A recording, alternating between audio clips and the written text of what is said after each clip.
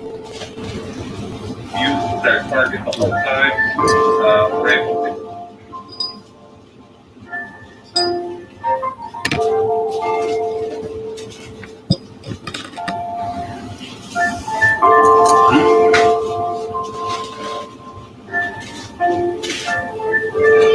Hola, from the west side. It is me, DCThePurpleDiva, and welcome to Not So Random Chat. Happy Friday, y'all. We made it to the end of the work week. For those of us who are still working during this worldwide lockdown. Hey, Divine Wisdom. Thank you for coming through.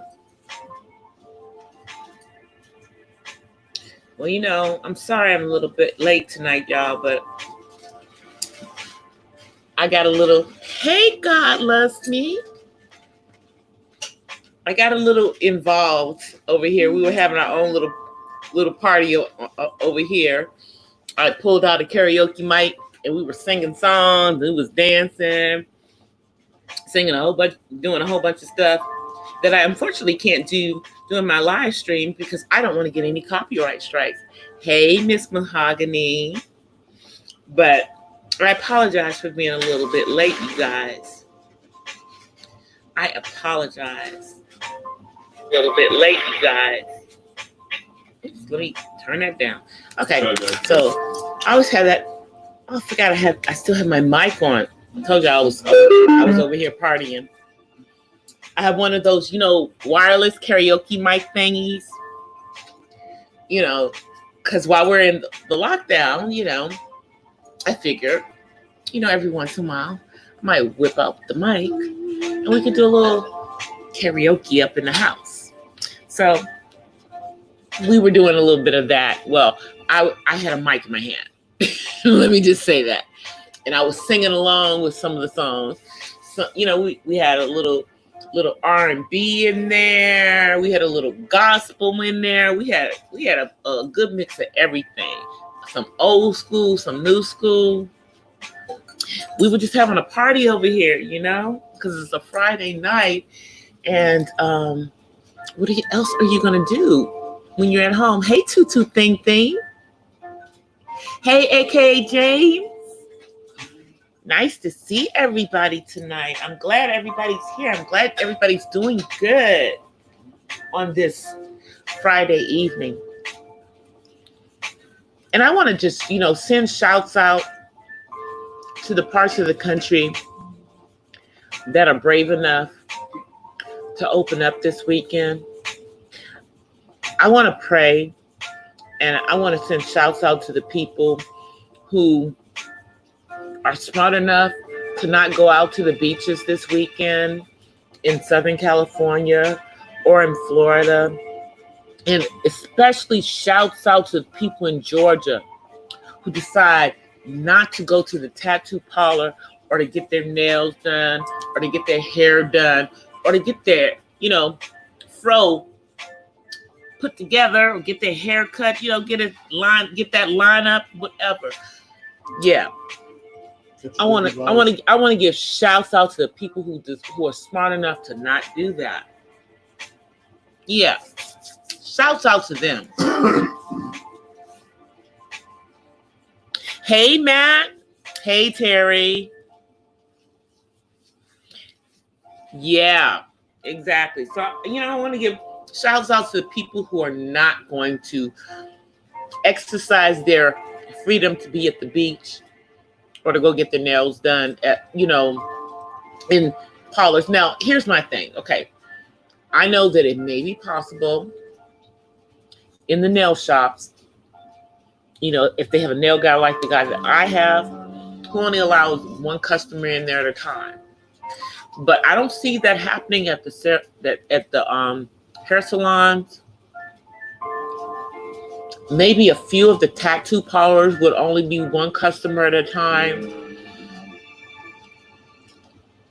Barbershops, I don't know a barbershop that just has one chair. I don't. And I don't think that they're exactly 6 feet apart in most barbershops. I'm just saying. So yeah, it's going to be really hard to do the social distancing if you don't use wisdom and stay away. It's going to be really hard. That's just, my opinion, of course. Just my opinion.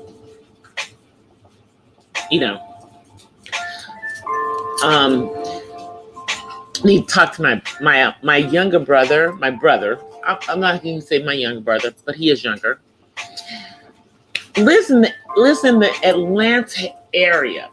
Lives in Georgia. So I think I'm going to give him a call this weekend, just to see how he's doing.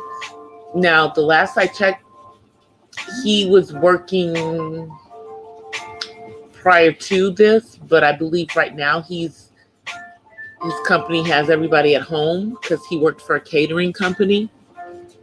I don't think they're doing a lot of catering right now. I could be wrong. So, but, because he lives in that area, I just want to make sure that, as an older man, and he's, not that old, y'all, but, he's not young and dumb, that, he's going to be sitting his behind home this weekend. And yeah, I asked my sister for his number earlier today, but I still haven't gotten it. So I'm going to have to reach out and touch her again. Or better yet, you know what? My son has everybody's number. Hey, Darren. My son has everybody's number. I'm just going to go on my son's phone and find out what my brother's number is. Yeah, my brother changes his number on a regular basis, but he seems to make sure that his nephew keeps that number. So I'll just check with my son, call my brother, make sure that,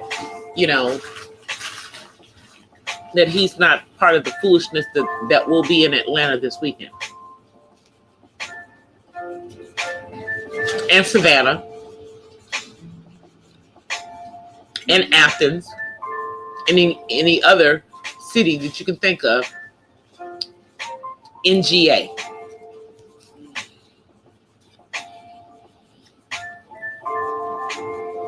I'm just looking to see what you guys are saying.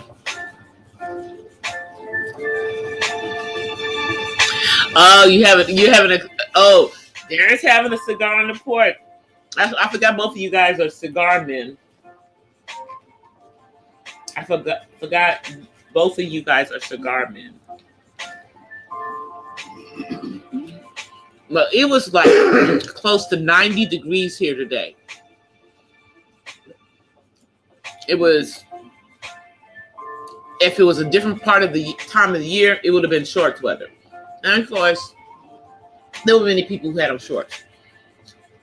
I wasn't one of them because 3 days ago, it was 60.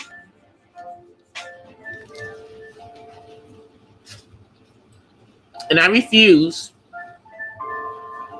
to allow this weather to get me sick. Hey, 6 Figure Days. Not getting sick.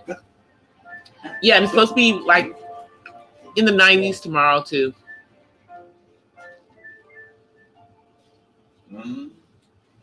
Now, the concern is that we're starting to go into fire season in California.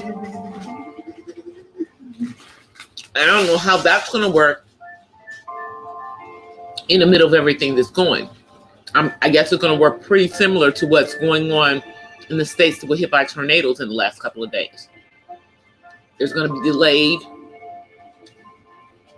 first response if they're not equipped.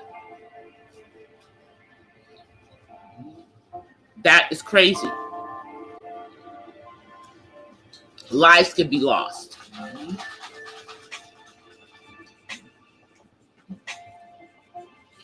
Both of you guys are out on the porch having you guys a cigar. Well, it's a beautiful night to have one. I know, at least here in California. How's the weather there where you are, Darren? Hey, Emmanuel.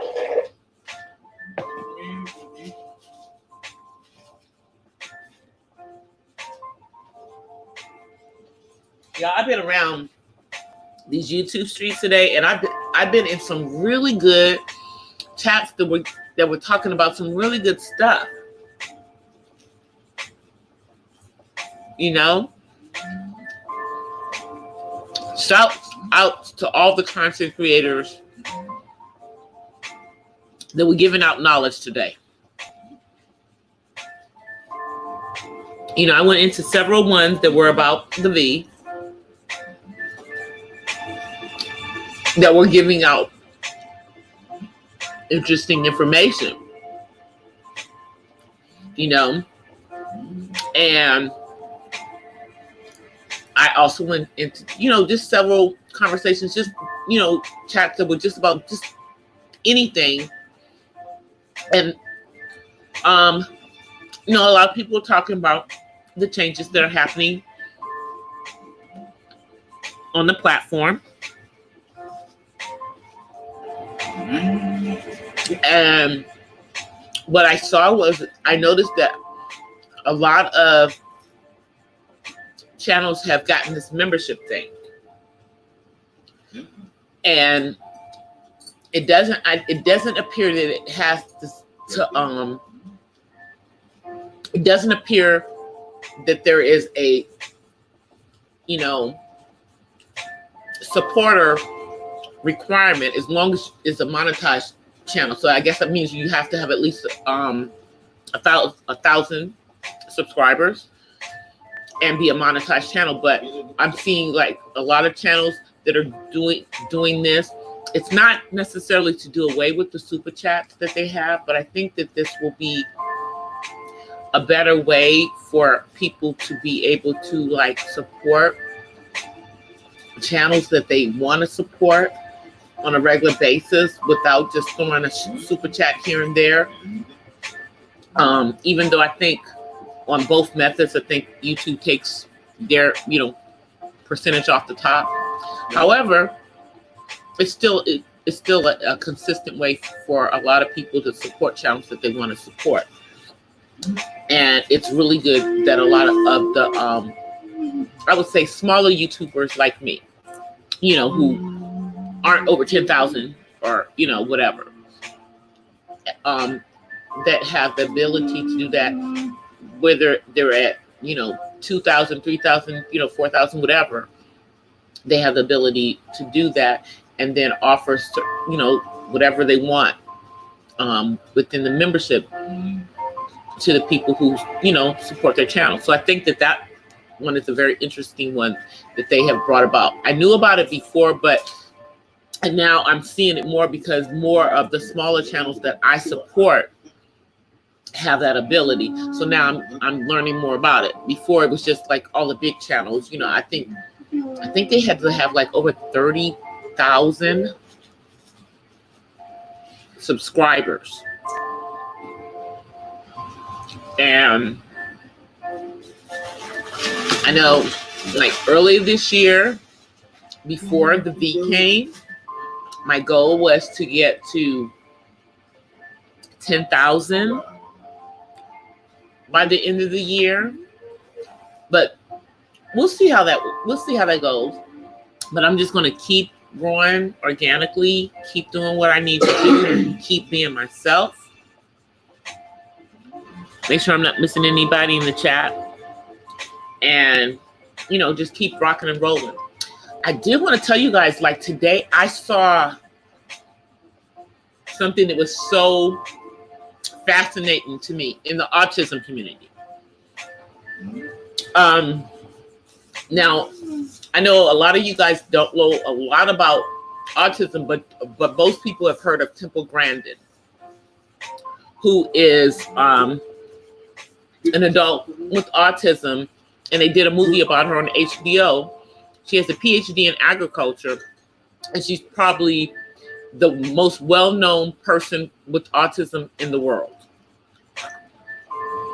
I kid you not. So anyway, this morning I was watching an actual interview with her mother. And it was very, very enlightening to me. It was actually very inspiring to me because it let me know just kind of that some of the things that I'm doing with my son are the right things, you know, that are going to help him to be who it is that he wants to be, you know, and just looking to see what you guys are doing. Yes.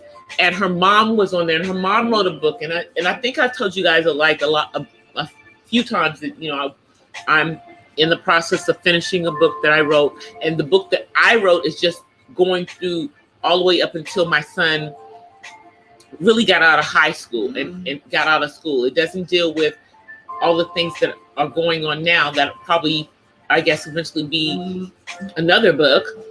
But, you know, she wrote a book about, you know, her experiences with Temple when she was growing up, and it was so different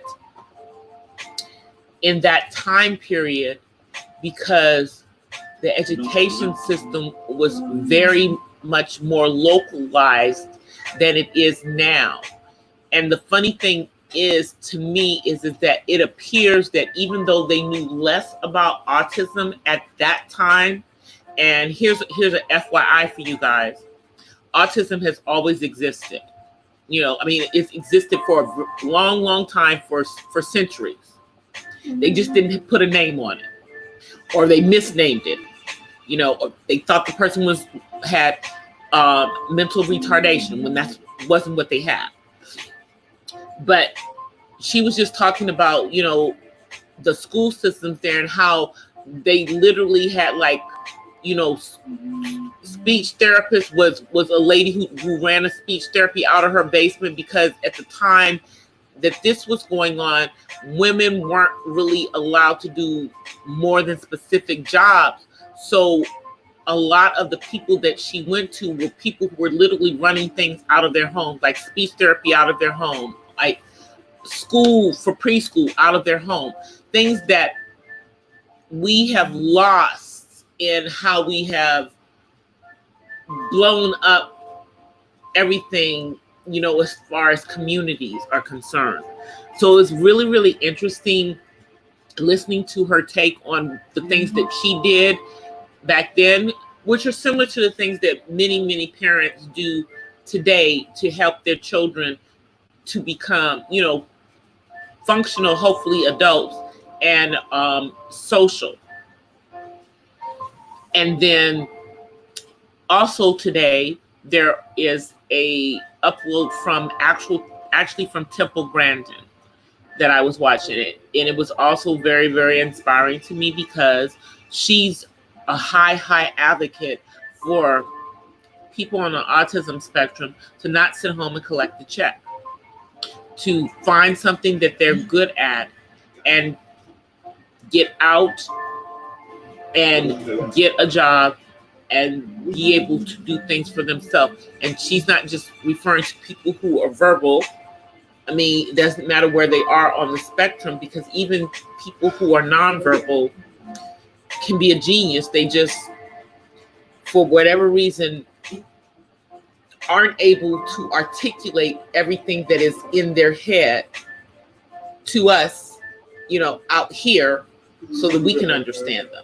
So those were some really interesting things that I actually saw in regards to the autism that really inspired me and pushed me more and more to just get this book finished, like finished in like the next few weeks, so that hopefully by the time this is all over, it'll be ready for my publisher and I will be able to get it out, because I want to do, you know, a written book, but I also want to do an audio book. And I don't mind reading it myself. Matter of fact, I want to read it myself, but I want to do an audio book of it and do a written book. And I hope that eventually,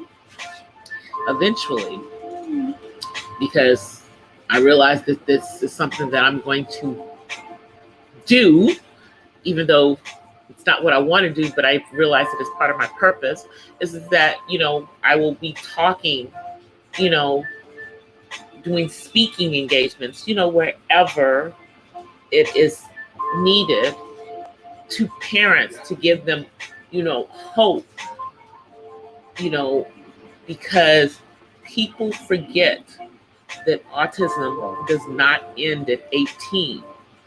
And the majority of the people who have autism are not as fortunate as your Temple Grandins and, other ones who have done extraordinarily well because they were able to adapt to the things in the world.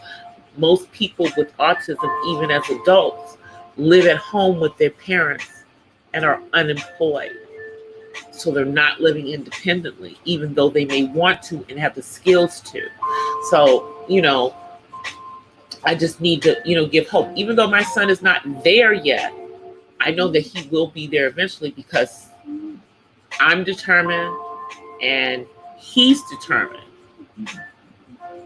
So it's my job as his mother, even though he's now an adult, to help him to get where it is that he needs to get, because I don't think that a lot of parents, and I'm not going to say, I'll say there are some parents do not realize that they are advocates and activists for their children, be they an adult or a child who are on the autism spectrum or who have any type of disability.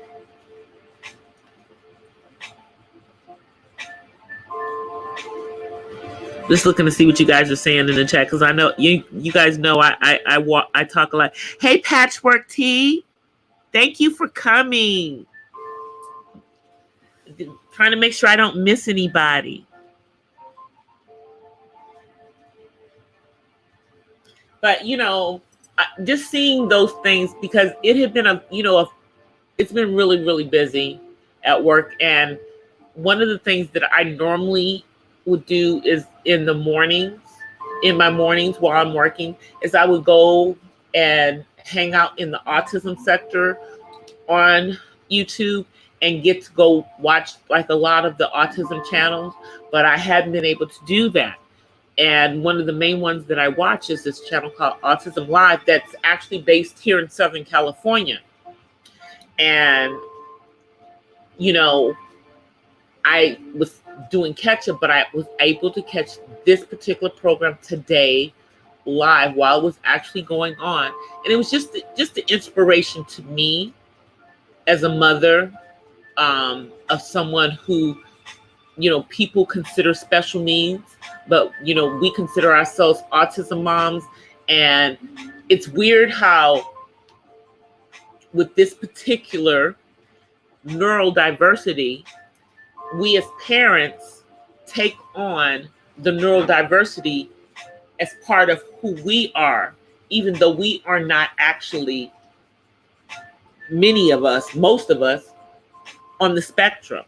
But no other, diversity in our community do the parents call themselves whatever that diversity is, mom or dad or parent. But within this community, we do that. Good, bad, or indifferent, and it was just good for me to see someone else, who has walked the road that I have walked, but walked it at a time where there were far fewer resources, but was still able to successfully guide their child. And, she had an advantage over me because at that time, she was able to be an at-home mom the entire time and be through that entire process. And as I told those of you who are in my live streams, all the time, I believe that if I had been able to be at home and work from home the entire time that my son was going to school, and not just when he was, 16, from then on, that I think that his educational experience would have been much different, because even though I was very, very hands-on, and I'm still hands-on in things with him, because I am that helicopter parent. Sorry, guys, that's me. I have to be that way, even though I may not want to be that way, but I have to be that way. And I'll be glad the day that I don't have to be a helicopter parent. But most parents of people on the autism spectrum are helicopter parents until they see that they don't have to be. Hey, 1SP. Shalom. Shalom. Did I miss Uppity? Is Uppity in here too? Hey, Uppity. I'm sorry, you guys. You know I'm talking. I'm running my mouth. Folks are coming in and I'm running my mouth. But yeah, all of that just really, really inspired me and just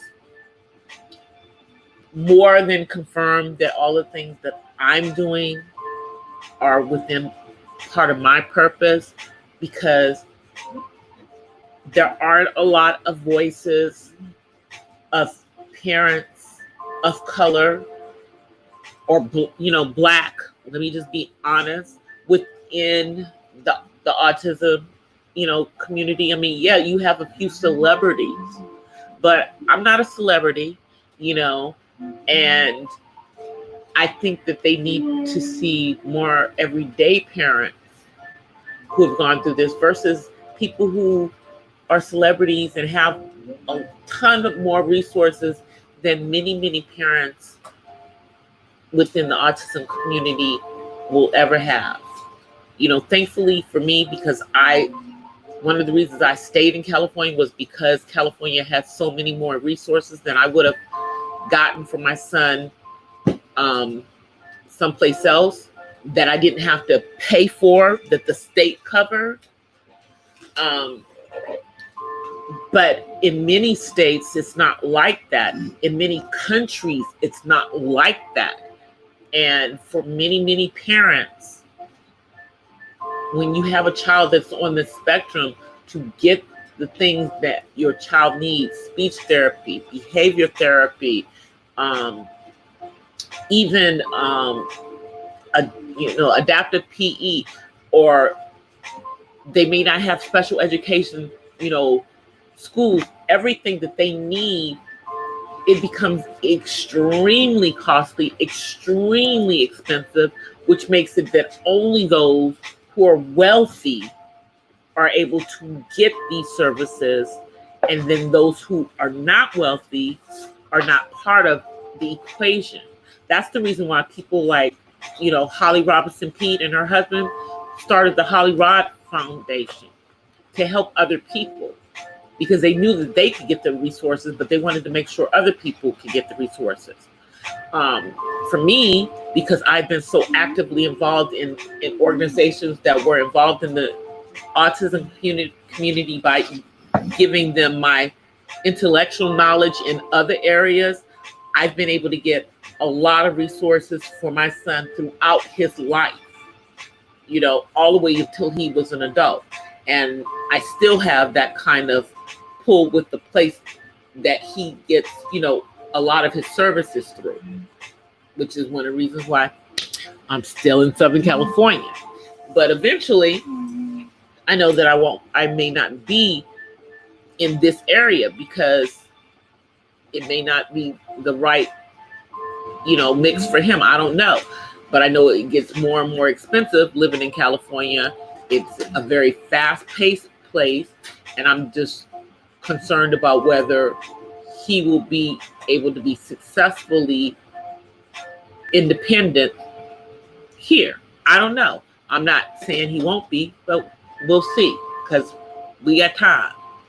We got nothing but time. Hey, Misunderstood. How you doing?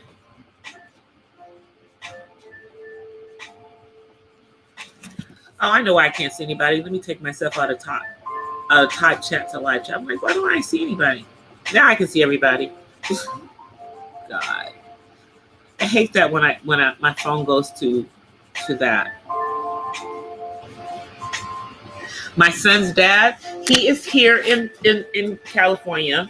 I mean, he came by here today and saw his son, but because he's an essential worker doing what's going on, he's really hasn't spent as much time as he would normally spend with David, you know, because I don't know, I don't want whatever's out there coming in here with us. And because the place that he works, there have been people who have tested positive.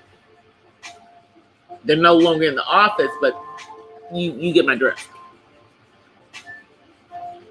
So, but yeah, no, he talks to his dad every day. He calls his father every day. Every day. Every day they have a FaceTime talk.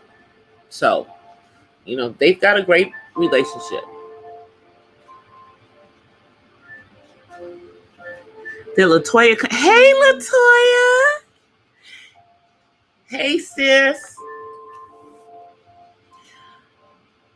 Yeah, but he has a great relationship with his dad. His dad and I are very, very different in how we are with my son, because for me, I feel that I have to do my best to not baby him, because I am his mom, and that's, you know, what he's going to expect from me, you know. But as an adult, I have to make sure that he understands that he's an adult, so that he will attempt to do things in an adult manner, even in times where he, you know, in his head is conflicted as to how he's going to handle a situation. You know, but I mean, it's a learning curve. I know I hadn't talked about this in a while, but I'm about to start finally the art therapy course that I'm taking, so that I can use that with my son. I'm also going to do the music therapy one, but I'm going to do that one after I finish the art therapy one. You know, I was going to do them like a month and a half, 2 months ago, but then this happened. So yeah, but you know, it's just been sitting, you know, out on the website for Udemy. So I'm going to take those courses, and I'll probably will post some videos of when I'm doing some art therapy with my son, once I get all the materials that I'm going to need to do those, you know, art therapy sessions, you know, in the middle of everything that's going on, since art supplies, I don't know, I don't think they're considered essential items. So, but we'll see how fast I can get the stuff that I need, so that I can start doing that with him. And then I'll probably add that to some of the vlogs so that you guys can see that.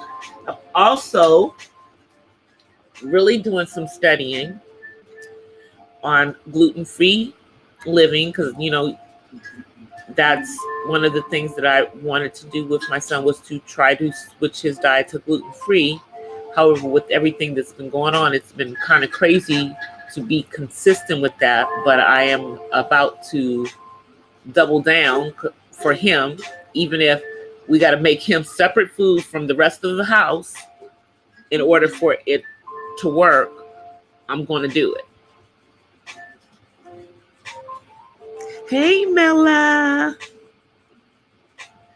Thank you for coming, Miss Mella. So, you know, I'll probably share some of the experiences with you guys with transitioning him to a gluten-free diet. I don't know if I'm going to get on here and, like, you know, show you recipes and everything, because there's so many other people who know so much more about gluten-free than I do. Shouts out to Gigi, gluten-free, who's one of my friends and a fellow content creator here on YouTube, who is a gluten-free liver. And, you know, but I will definitely tell you guys about the experience and share how hopefully it's a positive experience for him and helps him, just with just changes, within him and helping him to focus and, all of the things that are things that are really important for him to do. Let me see what you guys are saying.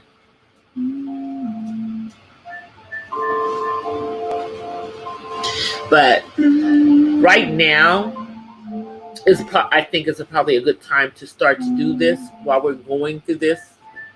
And I'm sure it might seem strange, but really, I think that this would be a good time because once he goes back to work, then I won't have as much control over necessarily what he's eating out. So if I can get him into the habit of eating certain things and liking certain things, however I have to do that, then it'll be good because, once I get him into the routine and put it in there, and thankfully, my son is not one of those people with autism who is a picky eater. He likes everything. Everything. Let me just say that. Even things that he is allergic to, like fish. Loves fish. Knows he can't eat fish. But he still loves it. But yeah, I'll be sharing some of that stuff with you guys. And then as soon as I can figure out where I'm going to do it, I'm going to do a video for you guys of my yoga routine with my Pilates. I just have to figure out where I can set up the camera and so that I can put that on there.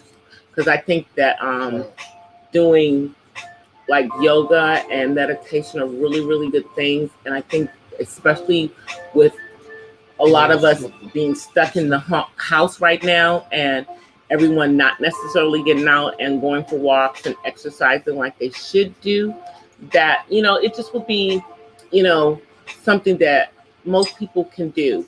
And, although I am what people consider the skinny girl, I do have a back issue. And so for some of the things that I will show you guys in the video, I will be doing modifications for people who may have back or knee issues. So I'm going to be working on getting that done. As soon as I can figure out where in my house I can do it and set up everything so that I can, just videotape that and just kind of share that with you guys. Even if I just do like a 5 or 10 minute routine, just going through the different things that I do as part of that. So I'm trying to get some stuff out there. I may, if it's not too hot this weekend, I might actually put on my outdoor roller skates and get outside and do some skating. And if I'm feeling froggy, I might videotape that skating. So we shall see. I'm just trying to show you guys other things about me besides just that I'm an autism mom.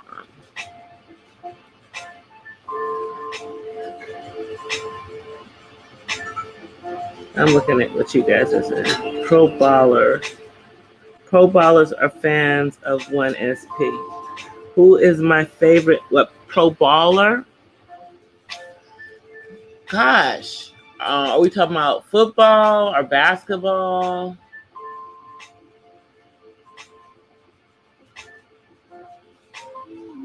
I skate. My skates are in my car. I have 2 pairs of skates, actually.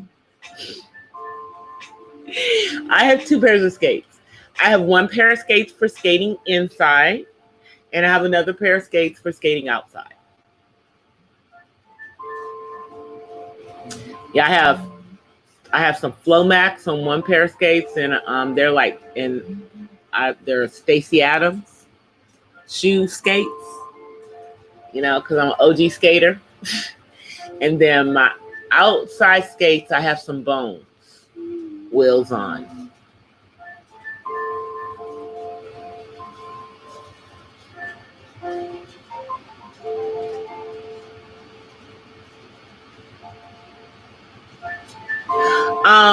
For the cover of the book, the picture that I want on the cover of the book is actually a painting that an artist, a Black African artist, did for me. And that's what I wanted to put on the cover of it, since I own the painting. So I don't have to ask anybody's permission. But I'm probably thinking about putting like pictures in the book in regards to my son of him at different ages. You know how people usually put like in the center of the book a bunch of pictures? Yeah, I'm thinking about doing that. But, you know, since most books these days are either paperbacks or digital, unless you get signed with, you know, some big, huge publisher who wants to spend all that money, it'll probably be a paperback, and then, you know, obviously digital, and then I want to do the audio. But yeah, it'll probably be pictures, and it'll be pictures that I took, not necessarily pictures that I drew. But I am working on a children's book that I may illustrate myself.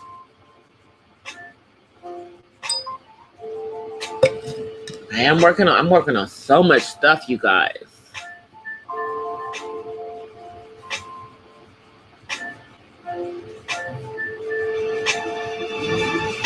Yeah.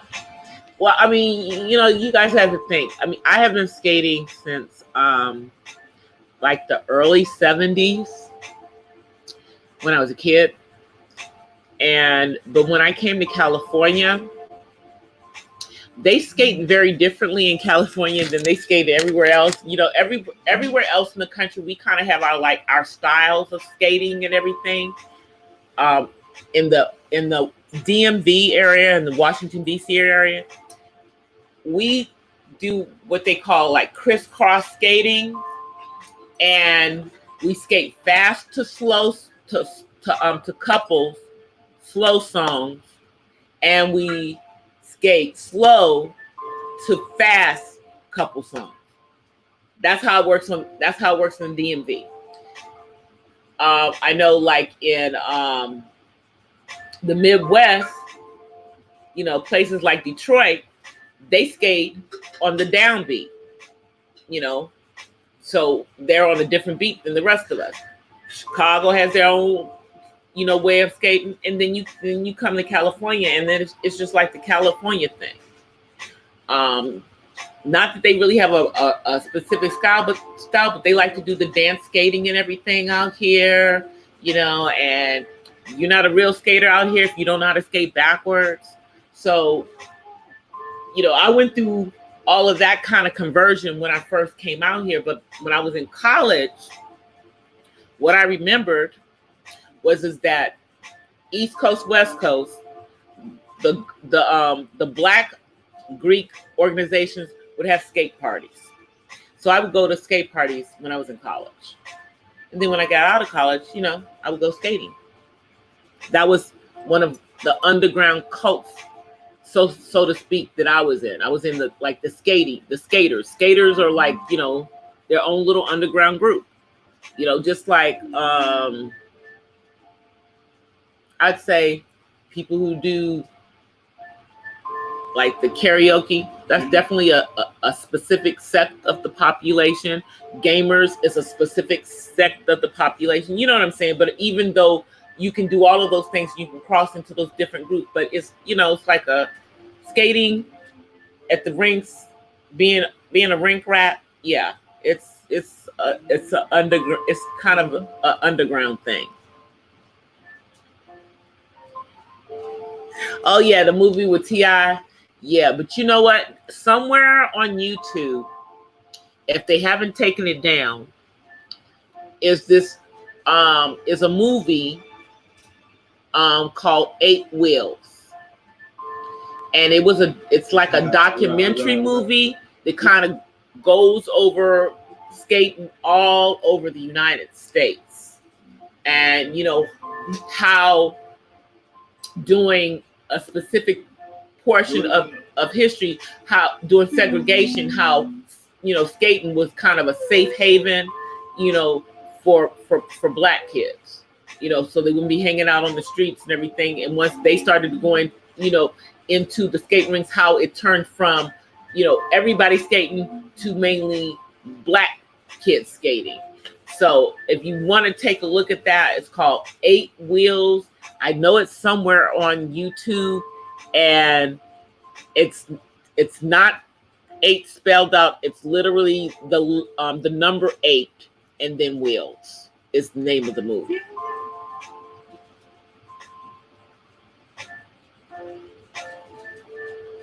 But I mean, you guys, like, when I would be skating, when I was doing like the fast skating and doing all the fancy stuff, that was back when you had groups like that group from the UK that sang that song. What's the name song? Keep on Stop with Carolyn Wheeler. I can't even think of the name of the group. What was the name of that group? Sounds of something.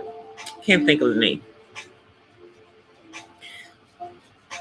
But it was Don't Stop. And then it was like the Brand New Heavies were out. Those were the kind of, that's, and then of course, you had Luke and 2 Live Crew, all of that. You had all of the NWA music will be playing, because again, I'm skating in Cali at this time. And the thing that was very interesting for someone like me who came from the East Coast is that when I first came to California, they didn't have any daggone wood floors. There was like maybe 2 or 3 skate rinks with wood, and then they converted everything back to wood. And so now all of the skating rinks in Southern California are wood. I mean, World on Wheels, which is probably the skating rink that most people have heard of, but that's in like within central part of Los Angeles, was a skating rink that was, the Blacks in the community around there would go skating at. It closed, and then investor group that included people like Snoop Dogg and the late Nipsey Hussle bought it out, and so they opened it back up maybe 2 or 3 years ago, and got complete wood floors in there. They have like one of those virtual golf courses in there. People have told me that they have a bar in there on certain times. I'm not sure about the alcohol and skating though. I'm not sure about those two together. Might be a little bit messy. Sounds of Blackness. No, it wasn't Sounds of Blackness. It's that group from the UK, the guy who had the hair, the crazy hair. And the girl that sung the song, her name is Karen Wheeler. It was called Soul to Soul. That group. That song by Soul to Soul. Keep on moving. Don't stop. Yeah, them. That song. That's a good song for skating. Another good song that was a really good song for skating was Teddy Riley's Teddy's Jam. As soon as that song would come on, people would run to the floor. But the classic song that gets people on the floor is Grover Washington. And y'all know the song. And I remember I was at the last concert where he did that song. Now, let me pull it up. I'm not going to play it. Grover Washington.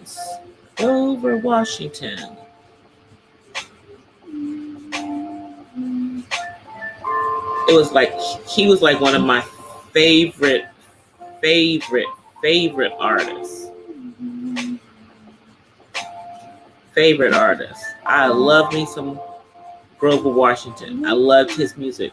But the song that he had was, God, what is that song? What is the song? Groove Me. Groove Me is another good one, Emmanuel. Groove Me, baby, tonight. And then it goes into that beat. It goes into that beat. But the song by Grover, because it's going to drive me crazy if I don't remember. So I'm going to pull it. I'm pulling it up in my iTunes. What is the song? Mr. Magic. God, why couldn't I think of that song? Mr. Magic. Mr. Magic is an instrumental by Grover Washington Jr. And it starts out with this beat that goes dun dun dun dun dun dun dun dun dun dun, and then he comes in with his instrument and just takes it. And I mean, he wrote the song, and it's one of the best songs to skate backwards on. Let me just say that. It's one of the best songs to skate backwards on. Those of you who have watched my vlogs and you've seen like the intro to my vlogs where I'm skating, that's the song I was skating on when that picture was taken. I was skating backwards on that song, Mr. Magic by Grover Washington Jr. I love that song so much. The last time that I saw him play that song was the last time that he was at the Playboy Jazz Festival, which was, I believe, the year before he died. And when he played Mr. Magic at the Hollywood Bowl, for those of you who don't know, the Hollywood Bowl is like a dome outside. Everyone in that place started pulling out handkerchiefs, white handkerchiefs, and started doing the handkerchief thing to him as he was playing that song. And if you know the history of his death, he had just come off a stage performing and had a heart attack. He died doing what he loved. But he was truly one of those musicians, because he didn't just play the instrument, he composed he composed a lot of other songs that you guys would recognize. But Mr. Magic is probably the one that everybody knows, by Grover. Oh, I loved Red Fox. I loved Red Fox. I loved Flip Wilson. All the records that your parents would play real low, late at night when you went to bed and they thought you didn't hear, but you would be sitting at the door listening to it. That's how you knew the stuff. Well, Marvin Gaye, my hometown hero. Because for those of you who do not know and who think that Marvin Gaye was from Detroit, sorry, y'all. He's from Washington, D.C. Yes, he was. Just like Dave Chappelle and Tommy Davidson and Martin Lawrence and Duke Ellington and Roberta Flack and Raheem DeVaughn. Even though he was born in New Jersey, he grew up in D.C., so we take him. Genuine, Maya, A. Marie. Can't y'all tell I'm proud of where I'm from? And what? Let's not forget the song that everybody knows from DC, Doing the Butt from School Days by my friends from high school. Experience Unlimited. That's what EU stands for. Experience Unlimited. They all old men right now, but praise God, most of them are still here, including Sugar Bear. Yep, EU. Doing the butt.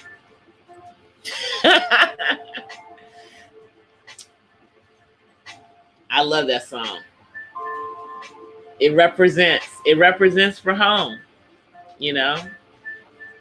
But a song by A. Marie called One Thing. If you don't remember it, if you take a listen to it, the drum beat in in her song, that is what they call the go-go drum beat. Sounds like you're on, trash cans, but it's really the snare drum and how they have it tuned. But yeah,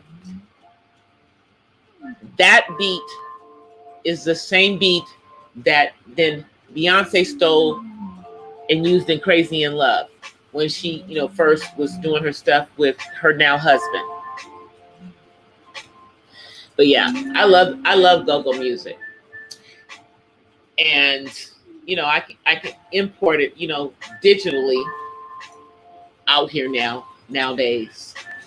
And then quite a few of the go-go artists have YouTube channels, and they push their stuff up on YouTube as well. But EU and Chuck Brown let the world know about go-go. And for those of you who do not know, Chuck Brown is considered the godfather of go-go music. Y'all all remember that song that the late Chuck Brown wrote? I feel like busting loose, give it a bridge now. Yeah, that song. Yes, they did. It's your thing. See, y'all got me up here singing. But I'm not really singing. I'm just kind of play singing right now.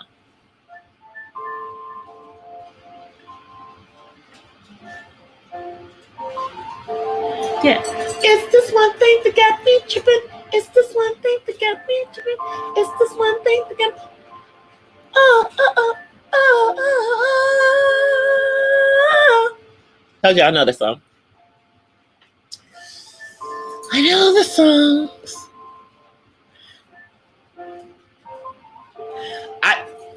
Certain songs just make you think about certain times in your life. Like the song that most of you guys know, this song is called Rock Creek Park by the Blackbirds. And they talk about, and they sing the song, doing it in the dark, doing it after park, Rock Creek Park. Oh yeah, Rock Creek Park. Nobody, let me just say to you guys, Rock Creek Park in Washington, D.C. is pitch black after dark. Matter of fact, it's closed after dark. No one can go into the part of Rock Creek Park except for Haynes Point. And now that's closed now too. But when I was growing up, Haynes Point, which is technically considered part of Rock Creek Park, is where the black folk will hang out. But the part of Rock Creek Park that they're talking about in the song is the part that nobody's in at dark. But whenever I hear that song, it makes me think of Rock Creek Park, which is where the National Zoo is, FYI, which is also closed right now, doing everything that's going on.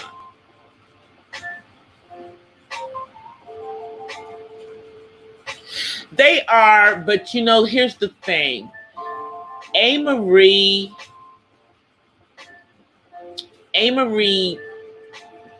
I think the issues is that they did not want to give her as much control, and they took things a lot of stuff that other artists got were songs that she should have got. Like, she originally was supposed to have Crazy in Love, but y'all hear that from me? Because when she put out One Thing, and then with Maya, I think Jay-Z didn't do her right. But if you notice, no shade, no tea, but most female artists that were quote unquote proteges with Jay-Z, other than Rihanna, we got Maya, we got Tiara. What they doing right now? And Maya can sing. So the only one that was associated with Jay-Z as a protege that got out there, and I think it's because she did the work and fought to get her stuff out there, is Rihanna. Because they couldn't control her. And she wasn't, however it was that she was playing ball, whatever she did, she seemed to make it to that next level that I feel A. Marie and Maya were cheated out of. I feel that they were cheated out of the chance.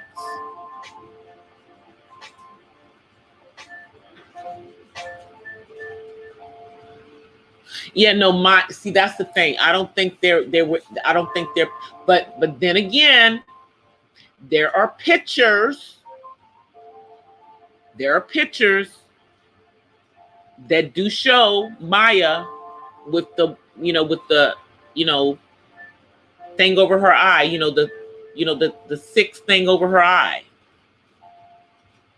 Using, where they use the Kappa sign for the yo baby yo thing. And they put it as over their eye. I've seen pictures of her. I think that she may have been part of the monarch butterfly thing.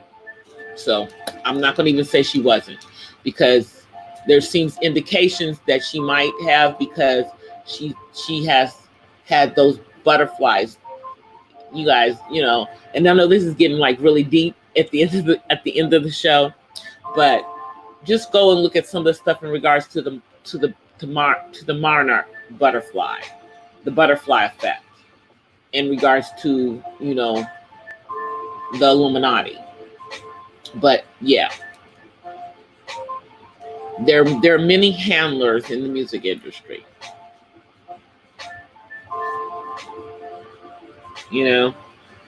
And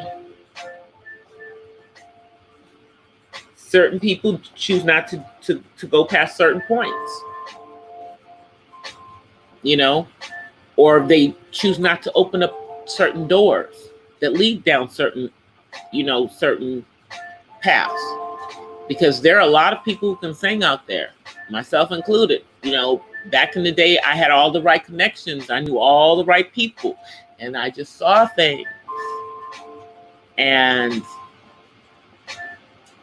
my spirit was not ready for that kind of stuff. So I will just say, I saw enough for me to know that I did not want to go down certain paths. I wasn't going to compromise myself. For some people, they don't care, and, but all the success in the world is not going to save your soul, and I'm not in for selling my soul, to the devil. Theoretically, metamorphically, or literally.